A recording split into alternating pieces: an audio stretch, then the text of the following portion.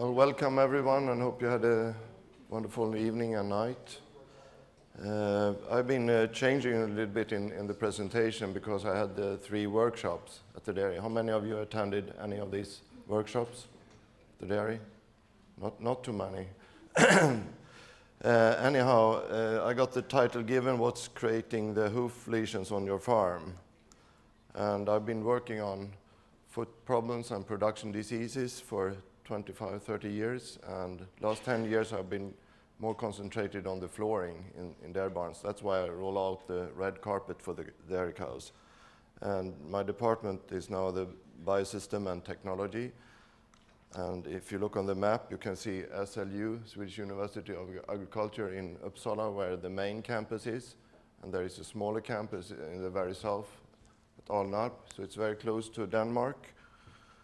So if we look up from the campus, we can see Denmark on the other side of the sea. And it's a beautiful campus with a large arboretum. But the problem is that the dairy cows are disappearing from this area because it's very high-cost land. So they're moving from here. So we have to move a little bit to get to the dairy cows. And I also work with other species. It's not only dairy cows, but my background is dairy. So that's why I'm doing most dairy as well. Now, Swedish dairy production, a few words.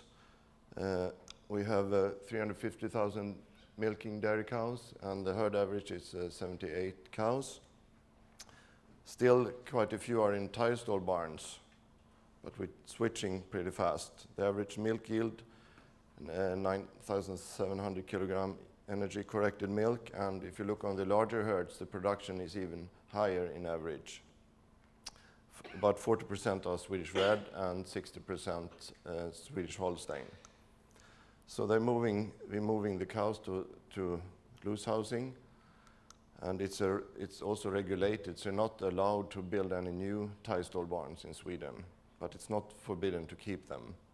So it's a pretty big change for the dairy cows when they are switched from this old worn-out barn to a new barn, but it will be the same for all heifers coming to a new situation. And at the dairy where we were these days, all the heifers were coming from deep straw bedding, which could be a problem when they get on the concrete afterwards. So a typical family farm in Sweden would be a new building with 2 milking robots. And in Sweden it's mandatory to graze the cows during the summer. And that would be between 2 months in the very north to 4 months in the south. And I know you have about 6 months grazing here in England. But it's forbidden to keep them indoors all the time. Automatic milking system is already mentioned, and about 30% of milk is coming from automatic milking systems. And we have the 2 big companies, you know, Lely and De Laval has the most today. And because of the milking robot, we know that the cow have to walk to the robot. If she doesn't appear at the robot within, say, 8 or 10 hours, the farmer has to go and get them. And most often it's a lameness problem. So we've been caring about the cow comfort for many years since the robots were introduced. So what problems do we have today, or what challenges? We have to optimize the welfare, we have to minimize the climate impact, and it should also be a sustainable production for the farmer. If there is no economy, it won't be sustainable anyhow.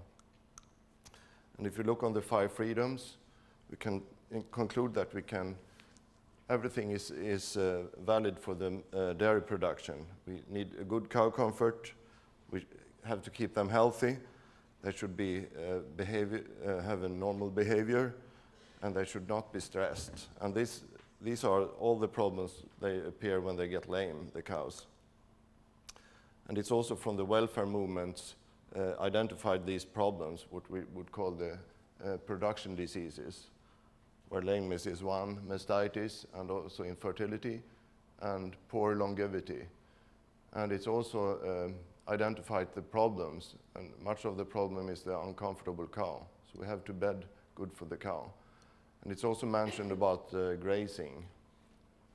If the cow hasn't availability to grazing, there will be more problems. And it's shown in several studies that if you keep them zero grazed, you will have more lameness problems.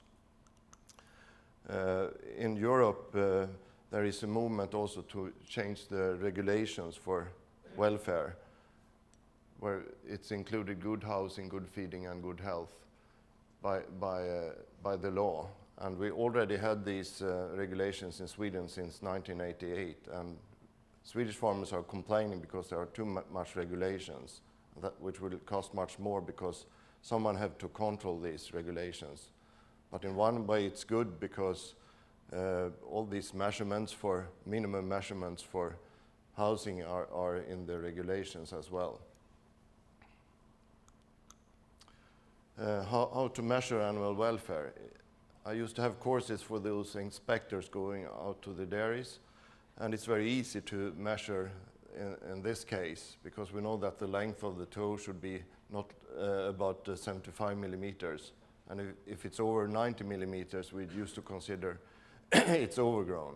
But this is only one part, one side of the coin. The other side would be what is beneath these feet, because often on these welfare problems with overgrown claws, they are very healthy inside.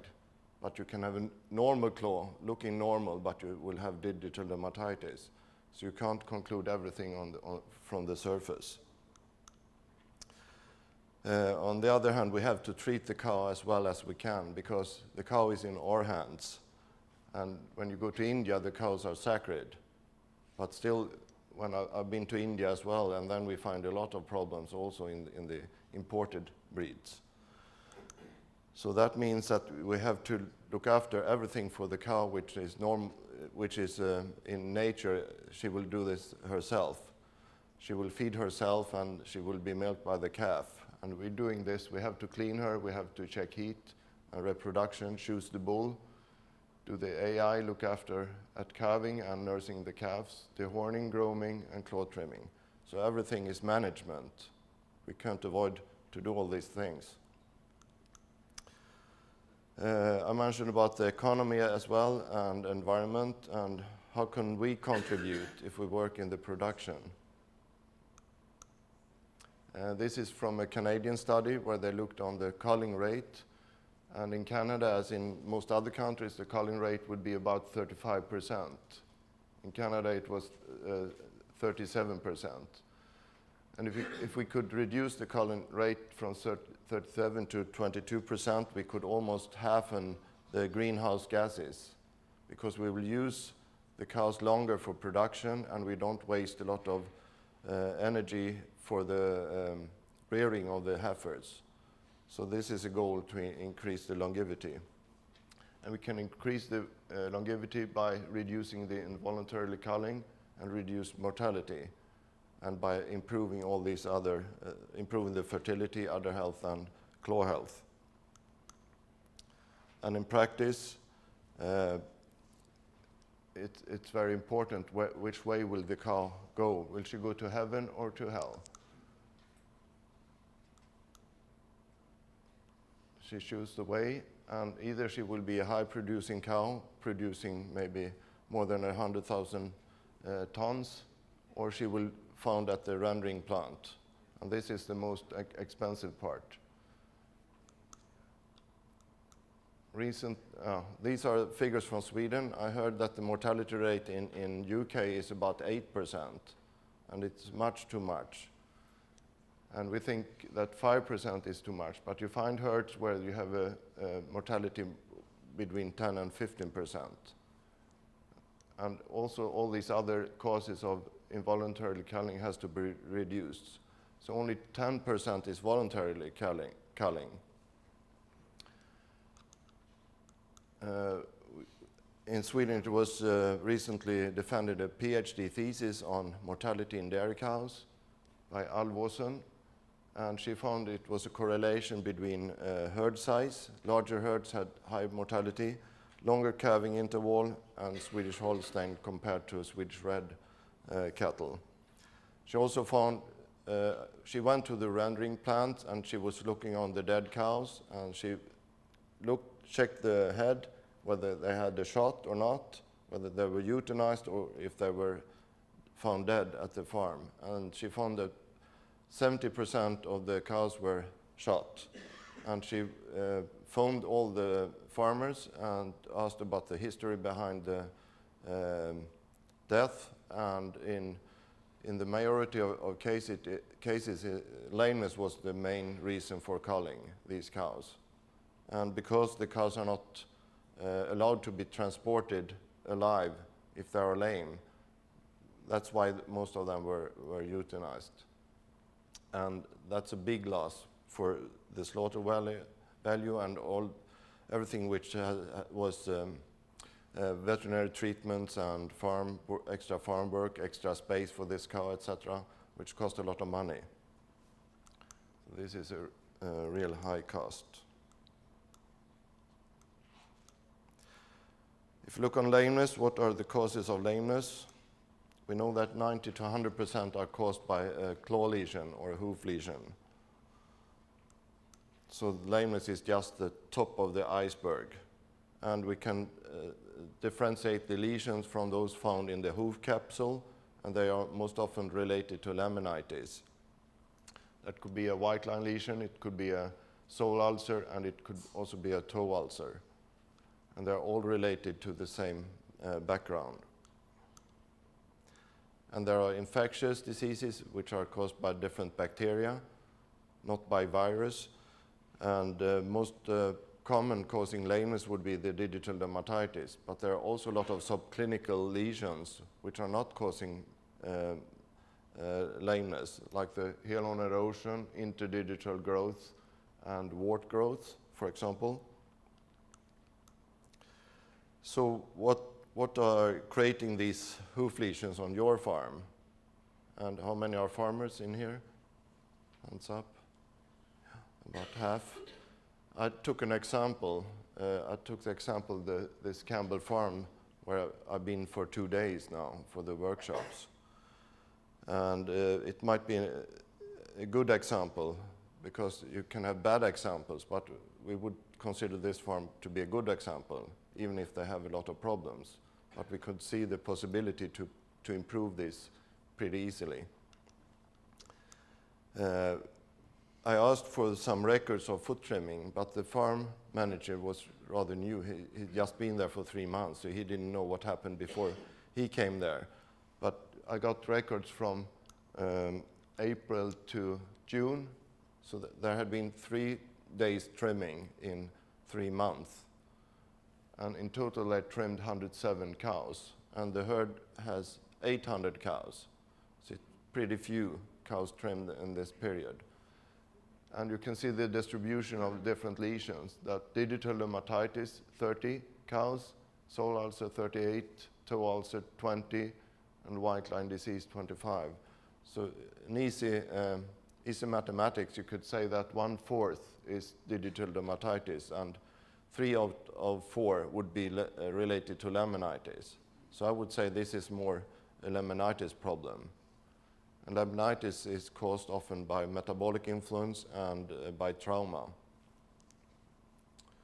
If you compare this with this Liverpool study, which is almost 20 years old, they found that sole ulcer caused 28% of lameness in this study. And a sole ulcer is the lesion through the sole, and it's not any bacteria involved at this stage. So you can treat this cow with a block on the healthy hoof. Second most common lesion found was white line abscess, 22%. And the difference from a sole ulcer is that the lesion is closed, so it develops a pus inside the sole. Otherwise, the history is similar to a sole ulcer, as I mentioned before. So you can almost say that the figures are identical, what we found on this Campbell farm. So not much has happened for 20 years in the development of lesions. What they had on this dairy about this white line abscess and sole ulcer was also the toe ulcers. And they were pretty common. 20 almost 20%. And yesterday, when we took up a lame cow at the dairy, it was a toe ulcer. So it's also related. And all of these lesions are treated with a block. And when we discussed with Carl, he also said that it's not necessary, and you should almost avoid to put on a wrap or a bandage on these lesions, because on the big farms, they forget to take it away. And then it could be more harmful than beneficial. So what's creating these hoof lesions on your farm? There are a lot of factors, and that's why we call them multifactorial diseases. But it's good if you can identify the lesion itself before you start looking on the precautions, because there are different background for the infectious diseases and laminitis-related diseases. And I won't talk about all of these factors, but I've chosen to talk a little bit about the trimming and the housing. What we're doing today, and what they obviously did on this farm, was to look for lame cows, and they just pick out the worst cases, and that's the top of the iceberg. So if you have 800 cows and you trim them twice a year, that would be 1,600 trimmings, and that would be almost 50 cows per month, and they trimmed 107 cows in 3 months. So something is wrong. They haven't worked for prevention here. They have just looked for the treatment.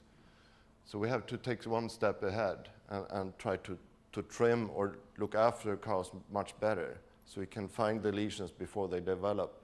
Because the longer we waited, the more the cost will be. There will be a high risk for the mortality, and the healing time will be much longer. So if we can catch up them much earlier, it's very beneficial. So going from treatment to prevention.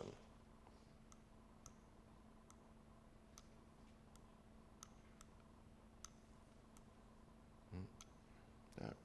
So this is the new built barn at the Campbell Farms. It's 1 year old, and they had consulting from US. So they constructed this barn according to all knowledge. And the feed, you don't see it here, but the feeding is outside the barn, and that means that they got much more space for the cows inside, much wider alleys, and they also went for the sand bedding. Still, we find the lame cows in this herd, so it was no problem to pick out at least 10 cows. And I think there were 58 cubicles in this part. And it was supposed to be a transition barn just for the period before and the period after calving. But it's used today more as a fresh cow dairy. So all cows will come there just at calving. So they are not really adapted to the barn. And they are staying there until 60 to 7 days after calving, and then they are moved to the older barn. So we would say that there shouldn't be any lame cow in this herd, at least not with overgrown feet, as in this case. So they missed something here. So they missed the trimming. And when we talk about trimming, it's not only paring the feet, it's also to look after the feet. So it's not necessary to trim all feet if they are already too short or if they are in a good condition. But you have to check all of them to find the hidden lesions. In comparison to England, I would say we have very long traditions on foot trimming. So already the Vikings were out trimming. And at that time, we didn't have any grinders. We had the knives and the hammers. But we didn't succeed to convince England to start hoof trimming. And now the situation has changed here, and you have more and more professional foot trimmers. But I would say most farmers in Sweden, they think it's natural to trim all the feet at least twice a year. And sometimes it might be a problem because they are trimming even if they don't need trimming. So we try to learn the foot trimmers to be a little bit more careful and not trim because the farmer called them for trimming, but because that the cow is needed trimming. We recommend the foot trimmers to keep records, and we are switching to an electronic system, and this system is in with collaboration with Norway, Finland, and Denmark, and this is because we have the common breeding company. So all these figures will be used for breeding. So we will have breeding values for the bulls, which have at least 50 daughters trimmed and recorded the lesions from. And if we look on the figures, we have about 300,000 records every year. And that means that every second cow is trimmed and recorded, and about half of the herds. So it could be increased even more. Digital dermatitis, in average 3.3% of the cows. It will be higher figures in infected herds, but still we have quite many herds which have never had any problem with digital dermatitis. Ulceration of the sole or white line or toe, 5.4%. And growth and interdigital growth would be about 5%.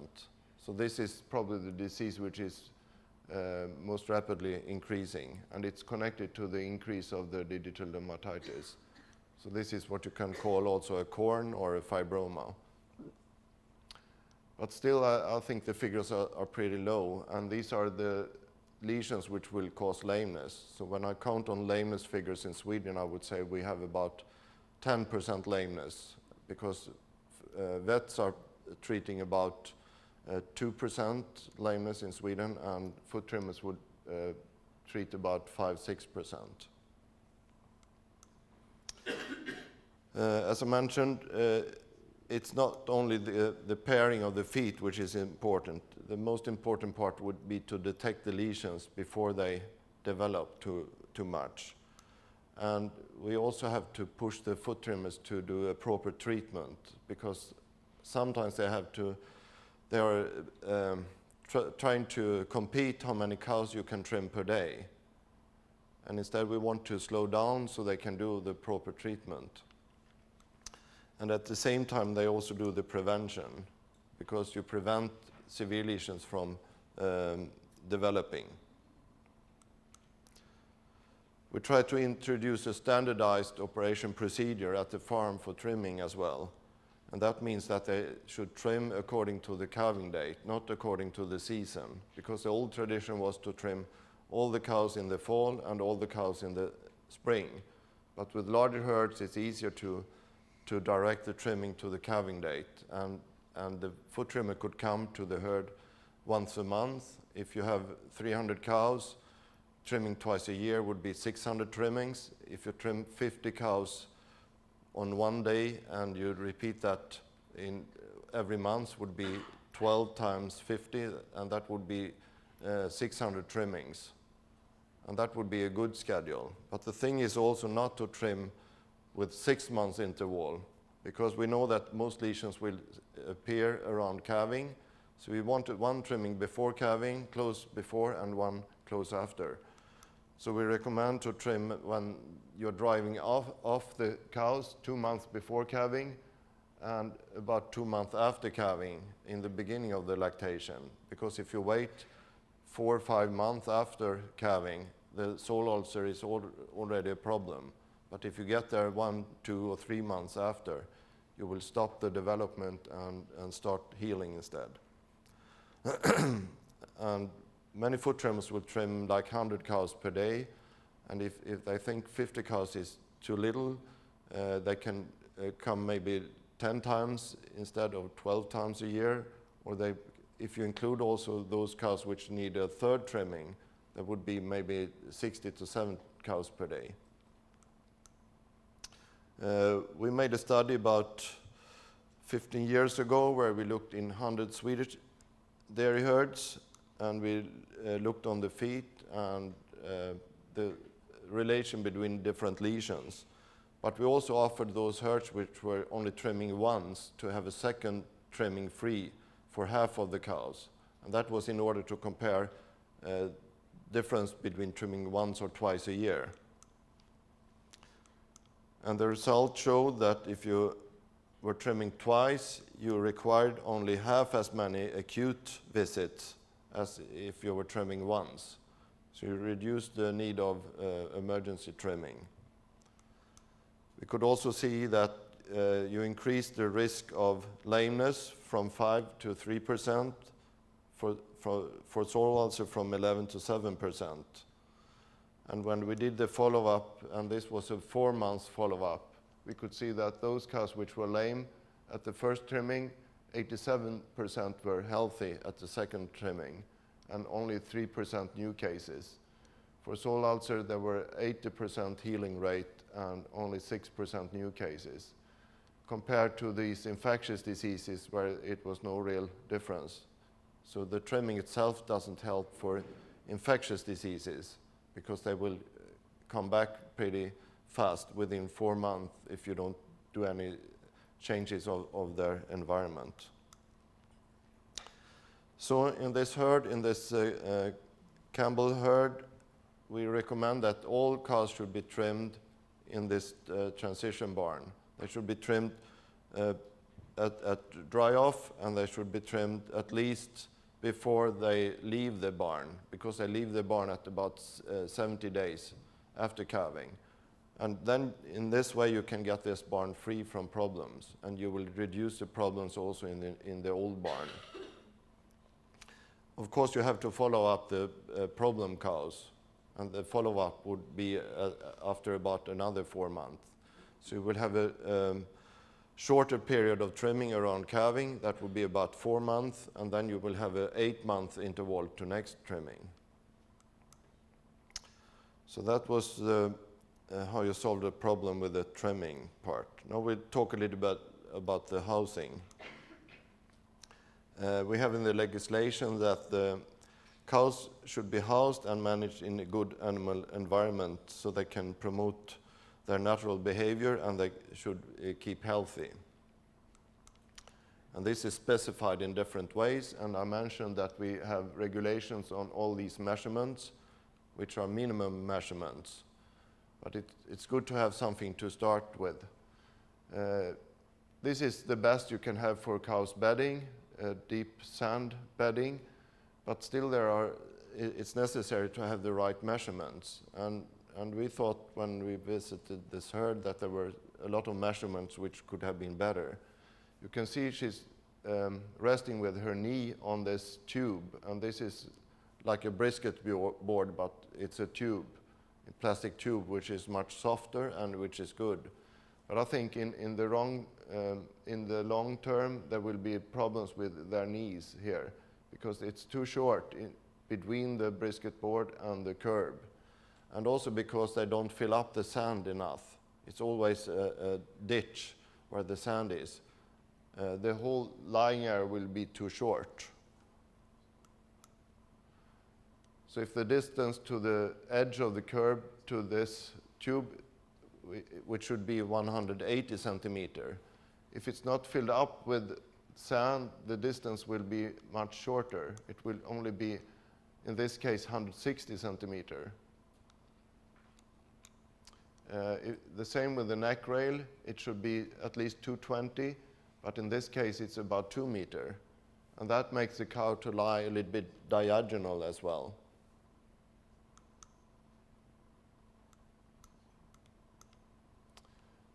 Then we saw all these ropes all over. So we wonder, why do they have all these ropes? They constructed this barn with one pipe for each cow, but there is no obstruction in the front. So some cows could creep through the stall, and this is pretty common in US, and they don't care about it. But in this case, they can come out in this alley, but in this other end, there is a wall, and they can be trapped between the wall and the tubes. So this is an example where the partition has been too open, and the heifers and cows doesn't learn that they should go backwards. They could have problems to get up because the neck rail is too tight, and instead they get more and more forward. So this herd lost a lot of cows, and they thought this was an overgoing problem, but it still stayed there after 10 years. And after 10 years, they changed all the partitions in the whole barn to get rid of the problem, and they sold it to another farmer. Okay, what's creating the hoof lesions on your farm? If you look on the new, in the old barn, and this barn is about 15 years old.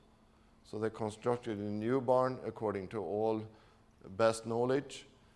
But I would say this old barn is, well, it's 15 years old, but it's still the way we construct today.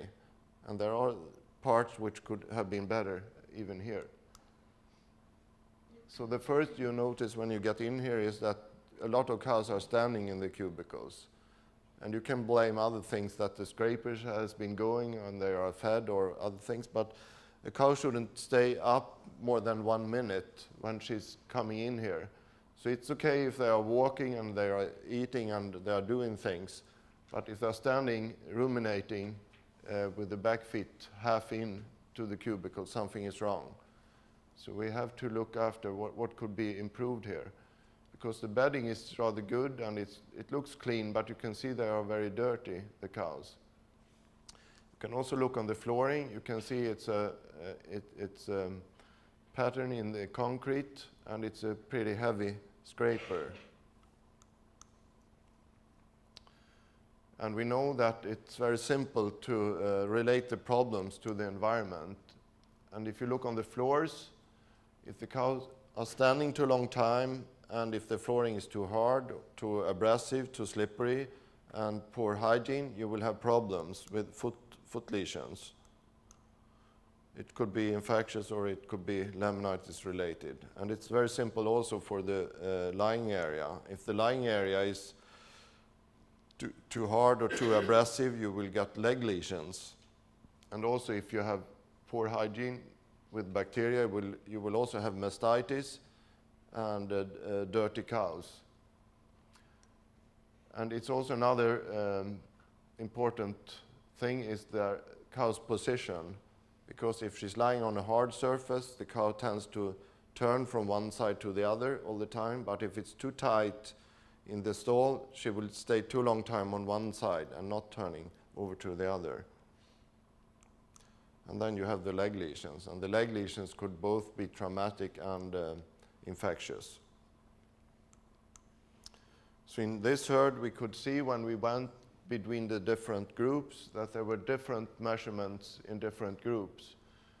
So I said before, we need about 220 for a large Holstein, and we found measurements from 205 and also 200 centimeters, which is too short. It's okay with a smaller cow, in a fresh heifer maybe. And also the width between the dividers, it was only 110, and we could see also this rail here. You see, this is another system where we don't have these pools. We have tubes going this way instead, where you can put these dividers. And this is also too high, because it shouldn't have more than 10 centimeter height on this tube, and we would need 220 here, and we should have 130 in the width. So there are changes which could be made in here. This is 15 years old, so maybe this was correct measurements at that time. And if you count on about 5% payoff of a dairy barn, I think we might pay off that a little bit faster today. So 15 years is maybe too long time to pay off. We have to look for what could we change for the cow, because the cow is developing much faster than the housing. I mentioned about dirty cows, and dirty cows comes from dirty floors. Either if, in this case, I guess they bring up the dirt into the cubicle, and even if you clean them twice a day, they will lay down and get dirty. And it's also when it's too confined, too little space, the manure will splash. It has to do with the feeding, if it's too liquid, the manure. And when they are lying, if you have a dirty flooring and you have the tail in the dirt, and they will splash with their tail on the backs. So it affects the hygiene of the cow mainly. But in this herd, they had probably the second largest problem was mastitis. So they treat about 48% of cows on an annual basis for mastitis, and it's only environmental mastitis because the cell count was only 150,000. So this is not only related to lameness problems, it's also related to other health. And you know the solution in many countries where they dock tails, they cut the tails off instead of solving this problem. And solving this problem would be to have a slope from the side to the middle of the alley to get rid of the urine. Many herds in Sweden, they think that if they have a higher curb, that would reduce the tails in the gutter, but it doesn't have anything to do with the height of the curb. So the curb height here is good. It's 20 centimeter. Do you mean a ridge passage like that? Pardon? Do you mean a ridge passage? Yeah. It should be a slope from the side to the middle, not in the length. I mean, you can slope the whole barn, which is also good. It's used in the flushing barns. It's very good as well, but now I'm talking just to get rid of the dirt behind the cows. So if the cows are exposed for the poor hygiene too long time, it would be good for the bacteria. Okay, Steve? How are you going to scrape it if you're going to make it better than in there? I mean, if you have 2%, 2 to 3%, it wouldn't affect the scraper, and you can have rubber on the top of the scraper. So I would say most systems built today in Sweden will have a slope to the middle channel. But on that, what you were showing there, if they shaved all the cow's tails up, they wouldn't have a problem, would they? Pardon? They just shaved all the hair off the cow's tails, they wouldn't have a problem. Yeah, that's one part also, to cut all the cows in the fall. But still it's a problem to have dirt behind, because when they are standing half in, they would stand with the rear feet in the dirt. And I would come to the problem with the manure, because manure is the liquids and it's the solids. And in the solids you have the enzymes which will cause ammonium development of ammonium. So if you can separate solids from the liquids, you will have less ammonium emission as well. Anyhow, it's the bacteria causing the digital dermatitis which also need some ammonium, some nitrogen and some humidity and some worms, everything you can get in the manure. So if you can avoid the dirt and to flush the feet with the dirt, you will reduce the problem with the hygienic related foot lesions. So when you mix up everything, you can mix up everything in the container for the manure handling system, but not in the barn. You should keep them separate as much as possible.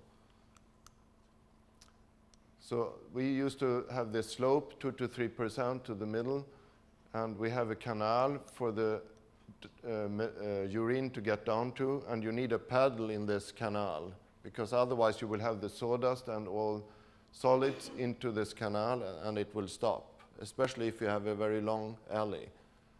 So this is a very simple and very cheap system, and you hire everything for when you cast the concrete. You can have exactly the slope you want to have. And you can have this system with and without rubber mats. It's no difference. But I think the scrapers are a little bit loose here, so they can flip a little bit. So these few percent is no problem at all. It's not stiff in here. Another way to reduce the contamination of the cow's feet would be to use the feed stalls. So it's a platform in front of the feeding area, and you can scrape the alley without disturbing the cows, and the feet can dry up for a couple of hours every day. And the cow is standing also on a rubber mat. And you can use this system with slatted flooring as well. One problem could be when you have cows throwing feed behind over their back, because all the feed will come on the platform. It doesn't harm the feet, but you can see how much feed you lose by this action.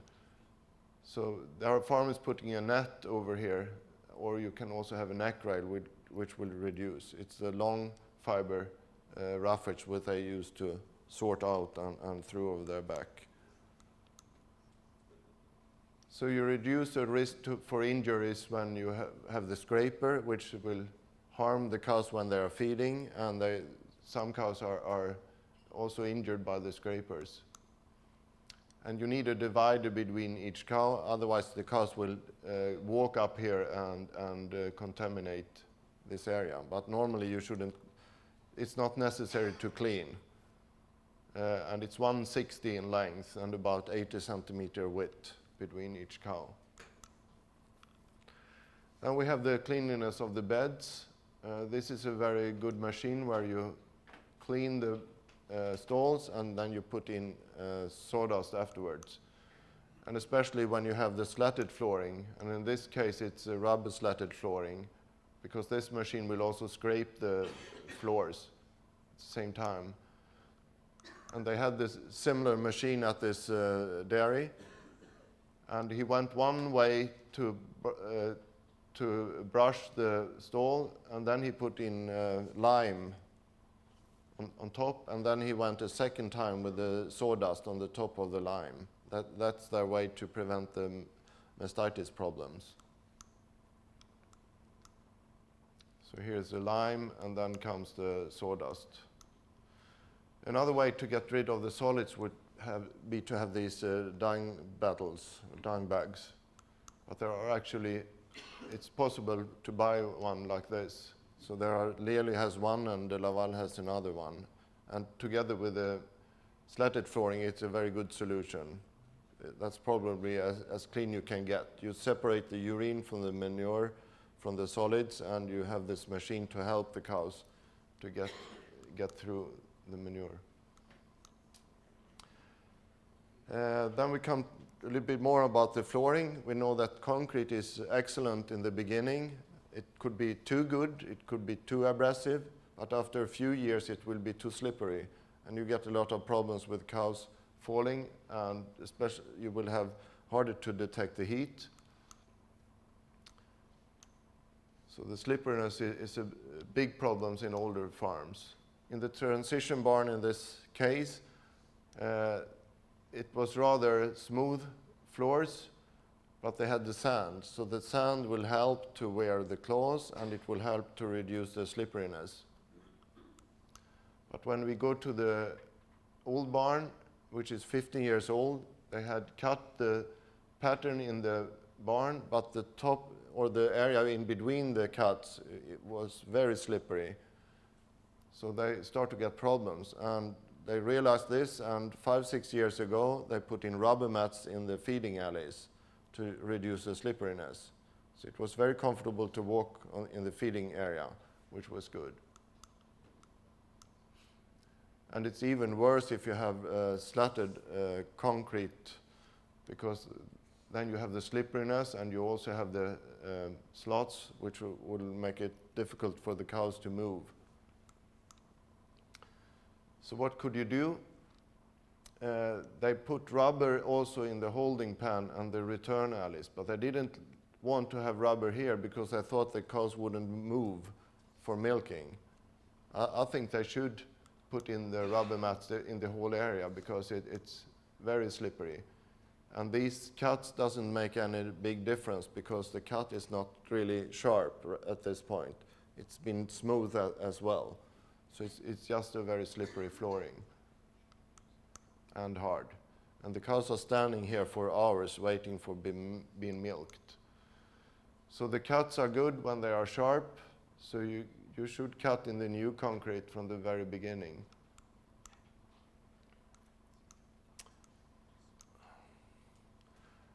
We did a study where we're looking on the locomotion of cows on different flooring with different abrasivity or friction. So we looked on 42 cows during 1 month, and 3 weeks were adaptation to this floor. And this was on the way to milking. So they were walking this way every day, back and forth, 30 meter, and we tested them for about 10 meter. And we compared smooth concrete, diamond grows, hexagon pattern, which is stamped. This is stamped in the fresh concrete, and asphalt and rubber mats. And you can see the footprints here. So the footprints was indicating how the cow was walking on different floors. If she would take longer steps, she would feel more comfortable to walk. And if you're walking like this, that indicates a poor flooring. First, we looked on the friction coefficient, and you can see it's the same coefficient for all the concrete floors, despite the different pattern. And this is because all concrete is fresh. So the experiment had been much better if we had older concrete. So the old concrete we had was the reference, which was the old slatted concrete. But still you can see that asphalt and rubber mats had a higher friction than the concrete. And the reason why rubber has a high friction is also that the foot is sinking into the rubber, and that will be a better footing itself. And the results you can see here. All the time the rubber is in the top, she will walk better on the rubber compared to the slatted concrete. Second is often the asphalt, and then you have the 3 different concrete floors. There is also a new rubber flooring where it's added some corundum in the top, which will increase the friction and also the wear of the feet. And I think this will be a future solution for dairy barns, at least in certain areas. Then we have the hardness. I mentioned about waiting in the holding pen too long time. And you can compare what happens with the feet with the elephant footprint. And you can see on this footprint that there is a pattern in the sole. And this is an elephant walking on grass. If you put this elephant on concrete or hard flooring, like we have in the zoo, it changes. So it will be flat. And these elephants are very sensitive for foot lesions as well. And that is sole abscess and white line abscesses. And this is exactly what happens when you bring the cows to concrete. They will get flat and overgrown.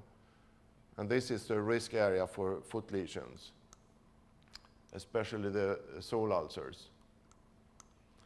So if we can improve the flooring, we will reduce these problems. Compared to the football, it's good to play on grass or artificial grass, but if you replace this with slatted concrete, you wouldn't see much of a play. And this is the situation for the dairy cows. And you could see this when you introduce the rubber mats. The cows will running over the rubber mats, but not on the slatted concrete.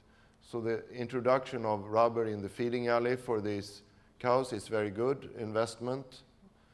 But you can see already after 6-7 years that it starts to be a little bit slippery. And it's the same with the tires of your car. The rubber gets older and a little bit harder with time. But I think at least 10 years, you should require at least 10 years guarantee for the rubber mats. And I don't think it's any problem with a good quality rubber mat, but there are also poor quality rubber mats. And if you go down in the thickness to 1 centimeter, the durability will be less than 5 years. So you need at least 25 millimeter. Here is the milking parlor. And my suggestion would be to invest in this new rubber mat, which is a little bit more abrasive as well. And I could see also in the milking parlor that the staff were standing also on soft rubber mats to be more comfortable. So if you go from slatted concrete to slatted rubber, you go from the least to the most comfortable flooring.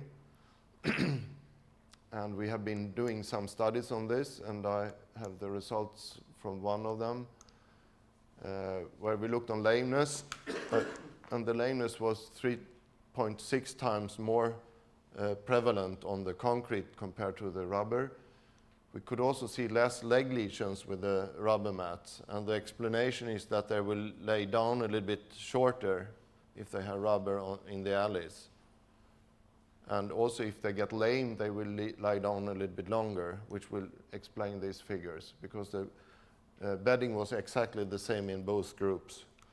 And the lesions causing lameness was, again, sole hemorrhages, sole ulcers, white line hemorrhages, and they were 2 to 3 times more prevalent in the concrete group.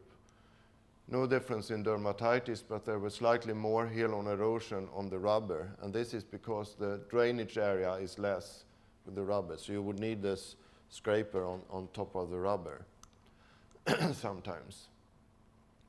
So how could you develop more? I mentioned that this transition barn was made for the transition, and you could have a certain group where you have higher comfort, and that would be for the transition cows, to keep them there maybe for the first weeks after calving, before going to a harder environment. So in this case, these cows have a specific file. They get directly into the robot here, and they have rubber flooring, they have larger cubicles and better bedding, and they have less competition between the cows as well. If you would mix these cows with the milking herd, there would be harder competition for each cow, and they could be affected, which also can result in foot problems. This is in Denmark. They rebuilt this dairy, so they changed all the cubicles with sand bedding, and I also took a part of the dairy where they made a deep straw bedding, so the cows would stay here for a month after calving, being milked here. So they scrape this part in front of the straw bedding twice a day, and these cows have more space and less stress than the other cows. So in conclusion, we need to look how we can prevent instead of treating. But when you start in a herd with a problem, you have to start to look on all the feet, and you have to treat them, of course. I don't say you shouldn't treat, but you should try to reduce the treatment and increase the prevention.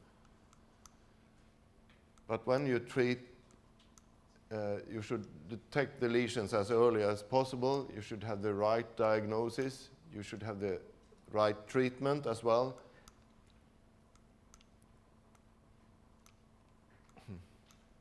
And during the period of healing, they should be taken care of. Maybe you have a separate pen for these cows, which I also had at this farm.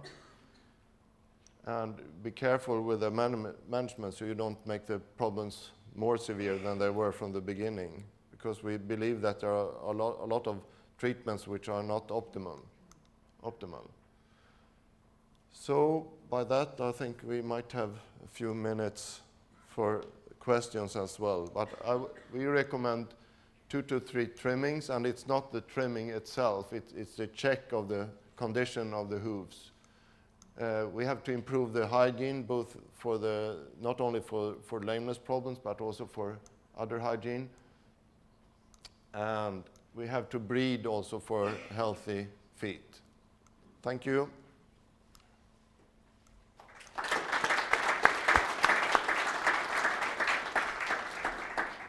Okay, we've got time for a few questions. There's 2 guys with Warwick and Graham have got microphones. If you can just give your name and just then your question, that'd be great. So just stick your hands in the air and the guys will come with the microphones.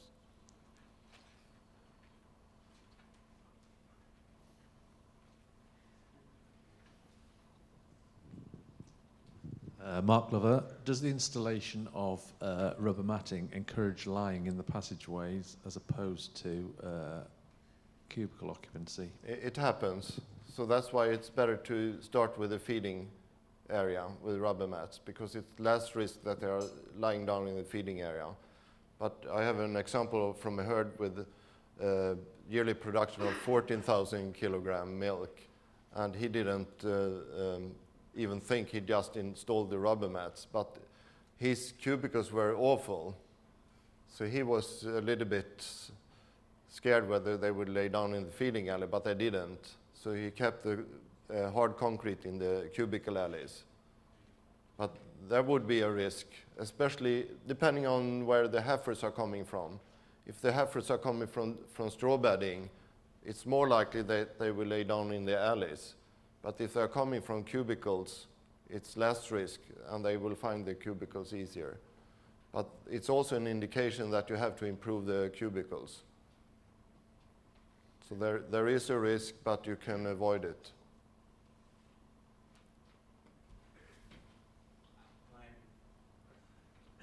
Hi. What's your thoughts on foot bathing? How often do you recommend that they should be doing it? What should they be using? And what's your view on the length of the foot bath? We had a meeting a month ago in Amsterdam, organized by Simpro as well, about digital dermatitis, and we also ended up in a lot of discussions about the foot bath. In this case, they had formalin, and we never used formalin in Sweden, but it's a hazard to use formalin both for the cows and for the people working with formalin. It works, and it's cheap, but if you have a bandage on a cow, it will harm the skin when it sucks up the formalin. So we tried to find other solutions, and we made studies on copper sulfate, which is the second most common chemical. And we compared right and left side of the cows, but you see that it's contaminated after a while. But the advantage with the copper sulfate is that it's still active because it's a heavy metal. So we have an activity, but if the dirt is, if there are more dirt than copper sulfate, it would be even. Anyhow, we found that there were no difference when we started between the left and right side, but after a 4-month period, when we're bathing every weekday, 5 days a week, because we didn't want someone to blame us not to bathing enough. We had 10 times less digital dermatitis and 4 times less heel-on erosion.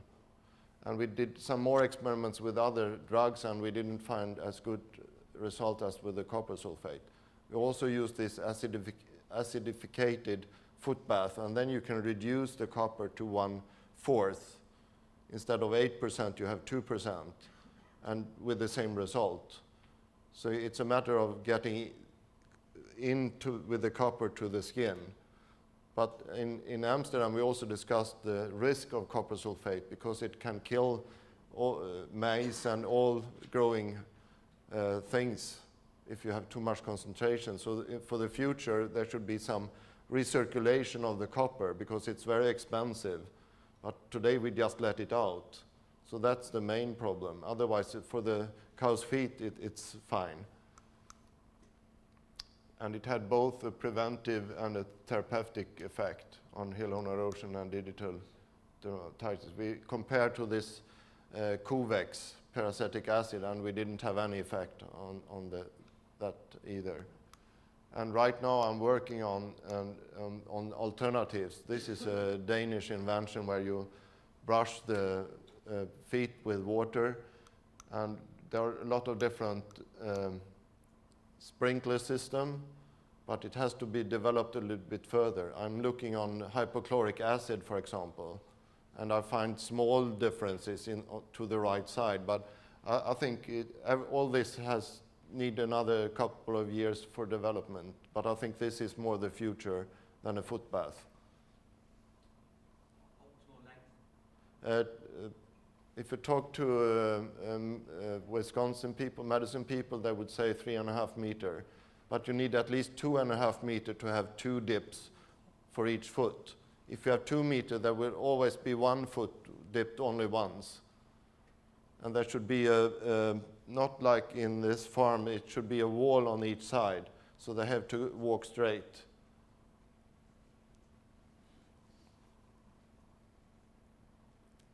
Okay, some more. Any more questions?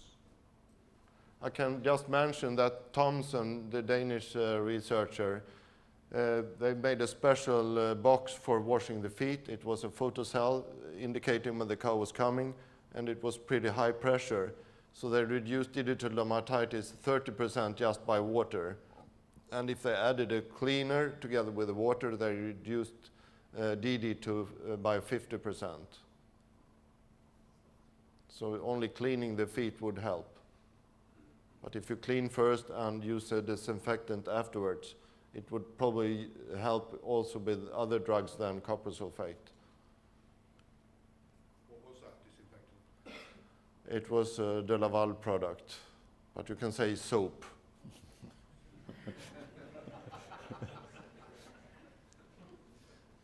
Okay, any other questions or, right, yep, one. First question about rubber matting. There's quite a lot of studies at the moment where they're saying you shouldn't have rubber matting because of the lowering of laying times, and then you're lowering the milk with that. So they're trying to encourage you not to have matting in the feed areas. What do you think? It's a kind of competition or between different thinking. They want to put the money on the sand bedding, and they think it's too high cost to have rubber as well. But I think you should have both. I mean, you should focus both on the lying comfort as well as the walking comfort. And we are doing loose housing for the cows to walk, to have a natural behavior. So I think it's natural for them to walk around, but it's not good if they are standing half in, as I mentioned before. So I would argue for rubber mats in the feeding alley and the holding area, primarily. Okay, thank you very much. Okay.